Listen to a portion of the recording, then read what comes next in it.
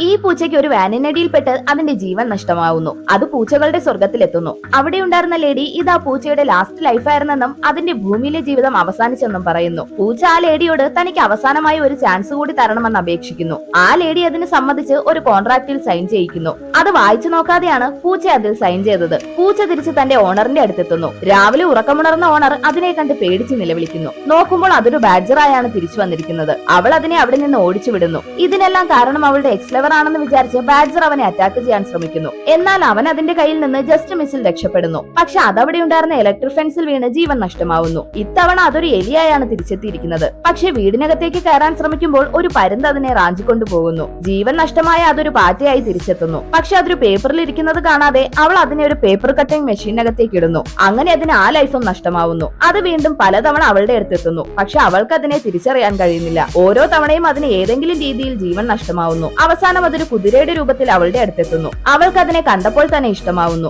അപ്പോൾ അവളുടെ ലാബിനകത്ത് ദുഷ്ടനായ ഒരാൾ വന്ന് അവളുടെ റിസർച്ച് ഇല്ലാതാക്കാൻ ശ്രമിക്കുന്നു. അത് കണ്ട കുതിര അയാളെ അറ്റാക്ക് ചെയ്യുന്നു. പക്ഷെ അതിന്റെ ആക്രമണത്തിൽ ആ ലാബ് നശിക്കുന്നു. അവിടേക്ക് ഇവൾ വന്നപ്പോഴേക്കും അയാൾ അവിടെ നിന്ന് എസ്കേപ്പ് ആവുന്നു. അതുകൊണ്ട് തന്നെ കുതിരയാണ് തന്റെ റിസർച്ച് ഇല്ലാതാക്കിയതെന്ന് വിചാരിച്ച് അവൾ അതിനെ ഓടിച്ചു വിടുന്നു. അവിടെ നിന്ന് തിരിച്ച് സ്വർഗത്തിലെത്തിയ പൂച്ച താൻ ഇനി തിരിച്ച് ഭൂമിയിലേക്ക് പോകുന്നില്ലെന്ന് പറയുന്നു. പക്ഷെ അവൾക്കൊരു ആപത്ത് വന്നപ്പോൾ അത് വീണ്ടും തിരിച്ചു വരുന്നു. ഇത്തവണ അത് തന്റെ യഥാർത്ഥ രൂപത്തിലാണ് വന്നിരിക്കുന്നത്. തന്റെ പൂച്ചയെ കണ്ട് അവൾ സന്തോഷിക്കുന്നു. പക്ഷേ റോബോ തേനീച്ചകൾ അറ്റാക്ക് ചെയ്യാൻ വന്നതും അവൾ ഓടി ഒരു ലേക്കിൽ വീഴുന്നു. അവളെ രക്ഷിക്കാൻ പൂച്ചയും ചാടുന്നു. അവളെ രക്ഷിച്ച് കരയിലെത്തിക്കുമെങ്കിലും പൂച്ചയ്ക്ക് അതിന്റെ അവസാനത്തെ ലൈഫും നഷ്ടമാവുന്നു. പക്ഷെ അതിനോട് അലിവ് തോന്നിയ സ്വർഗത്തിലെ ലേഡി അതിനൊരു പൂച്ചയുടെ ലൈഫ് കൂടി കൊടുത്ത് വീണ്ടും അവളുടെ അടുത്ത് തന്നെ എത്തിക്കുന്നു.